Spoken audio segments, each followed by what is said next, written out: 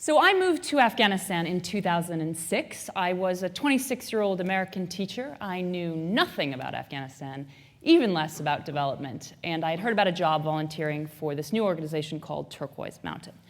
Turquoise Mountain was set up by Prince Charles that year to rebuild the old city of Kabul and save the Afghan traditional craft industry from disappearing.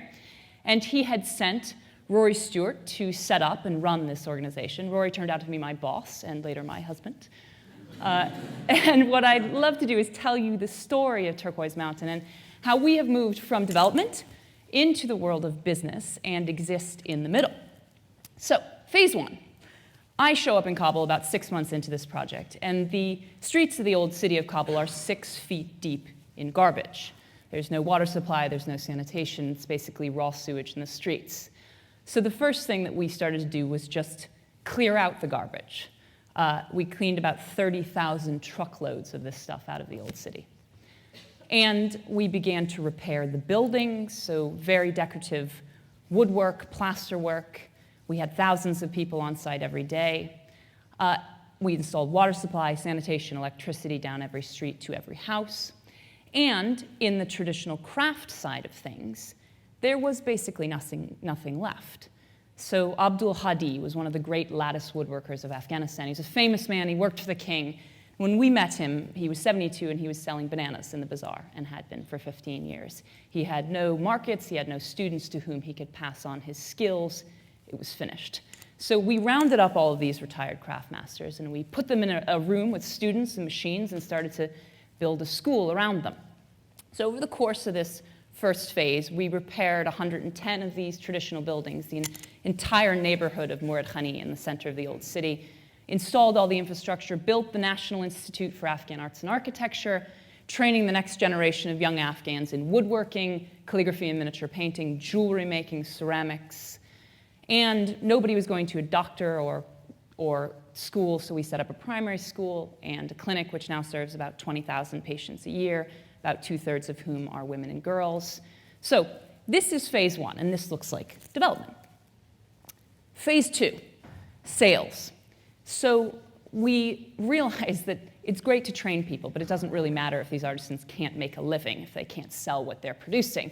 Now, it didn't take us 5 years to learn this. It took us about 5 minutes. So all of this was happening alongside all of the reconstruction. And so we started trying to sell their products. Now, it turns out it takes a very long time to make beautifully handcrafted products. And it's not cheap. Afghanistan is a landlocked country with difficult security issues and logistics. And high labor wages. This is a place where billions of dollars of international aid have come in and bloated the economy.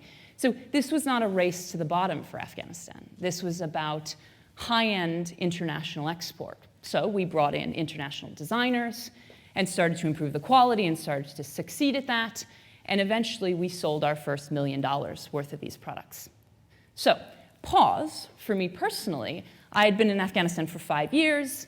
I had done what we had initially set out to do, all of the rebuilding, 110 buildings, the National Institute, all of the infrastructure, the clinic, and people beginning to get going in business. So I moved to London, and I began my MBA at the London Business School.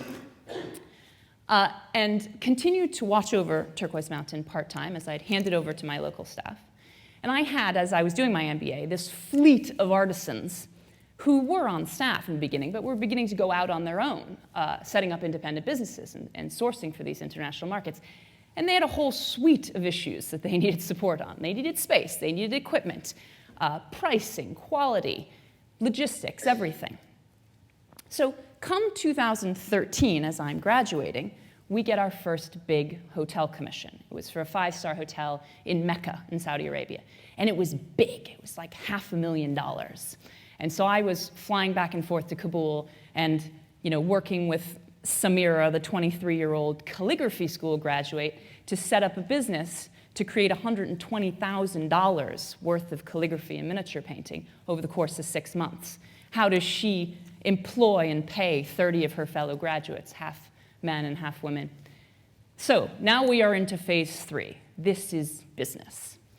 And this is really the sharp end of things, and it's the exciting end of things. So just to give you a sense of what business looks like for us today. So I've brought along some props. This is a tray handmade in Jordan by a group of Syrian artisans last month. It's mother of pearl inlay in walnut wood. It's beautiful and it's really high quality, and I'm very proud of that. And I can train hundreds of young Syrians to make that. The problem is that the first round of these costs $200 a piece to make. That is not a viable product. One issue is that there's too much mother of pearl in here. Another issue is that the source we're getting it from is too expensive because the traditional supply lines have been cut off, right? We can deal with that. We need to reverse engineer a viable product that maintains the integrity of the design and the sacred geometry of these traditional Syrian designs.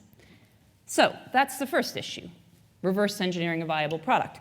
Second issue, if I want to sell that into the Four Seasons, because our major market right now is five-star hotels in the Gulf, the Four Seasons, the Fairmont, the Radisson, it needs to be fireproof. Now, there are a number of ways you can fireproof this, but you need to do it, and you need to factor it into the price. Also, if you want to wall mount this, which a lot of these items are, you need a locking mechanism, because it turns out, I didn't know this 5 years ago, but in the hotel industry, even in five-star hotels, people steal everything. It's not just towels, right? So you need locking mechanisms on these things, and again, you need to know that, you need to factor it into the price. Third example is this. So this is a piece of gypsum-carved plasterwork, as you can see, wall-mounted with locking mechanisms. This is made by a group of women in Jeddah in Saudi Arabia. They didn't know how to do this at all about a year ago, and about 3 months into their training, we got a commission for them for 200 of these for the Radisson Hotel over 5 months. They delivered them, beautiful, happy customer, great. The Marriott comes and says, may we please have 750 of them in 3 months? We said, yes, of course you can. So we scratch our heads because it's 3 times the volume in half the time. So we need to create a production process that is faster and cheaper. And so this is now made in a handmade mold. The plaster is molded, set, and then hand finished. And these ladies have expanded, and they have delivered the first tranche of these things in what will be a $75,000 commission over the next few months. And in fact, the head of this group, a woman named Hanan Rawas, is going to represent them at the World Economic Forum in Davos in January. So these things that I'm talking about, product development, knowing the standards of your industry, production procedures, totally obvious to anybody in manufacturing, right? But not obvious to people in development, even in the creative industries in development. Not obvious to me in the beginning, and definitely not obvious to artisans. So why does any of this matter? Well, it matters because traditional crafts are the second largest employer in most developing countries. We're talking about millions and millions of people who have traditional skills and unique design traditions and skills that can reach a massively, rapidly expanding global ethical sustainable goods market, $40 billion a year and growing. This is my mom in New York who buys fair trade coffee, right? She wants to buy products which are high quality, authentic, and they have a sense of social responsibility. She wants to know who made it. So you've got millions of people on this side, many millions, tens of millions, people we care about in a development sense on the supply side. On the demand side, you've got a massive growing industry. But there is a gulf between them, and it's a gulf which can only be filled through a combination of development and business. So where are we today? Turquoise Mountain will do development projects across a number of countries. Since I graduated in 2013, I've expanded our development footprint and the business side of things. So we now work in Myanmar and with artisans across the Middle East from Saudi Arabia, Syria, Jordan. So we will do lots of those projects across the world this year. We will rebuild a huge Harrods-sized building in Yangon in Myanmar, train 1,000 people on that, run our institute and clinic, training programs across 4 countries, work with 5,000 Syrian children in Azraq refugee camp and in host communities in Jordan on the development side. And we will sell $2 million worth of these products, I hope, this year. So for me, it is not about trading in development for business. It is these things in combination. They work best that way. And I gave, in my final year at the London Business School, I gave a TEDx LBS talk entitled "The Secret to Development is Pride." And I still feel that because people don't do this stuff just because it makes money. And it takes a while for it to make money. It's a real slog. They do it because it gives them a sense of pride and a link to their identity. Right? So I now feel like the secret to development is pride and business. So it is why I so deeply celebrate the fact that my alma mater, LBS, is creating the Business for Development Institute, because it recognizes this spectrum between business and development and the way these things work together. And it is often development for business and certainly business for development. Thank you very much.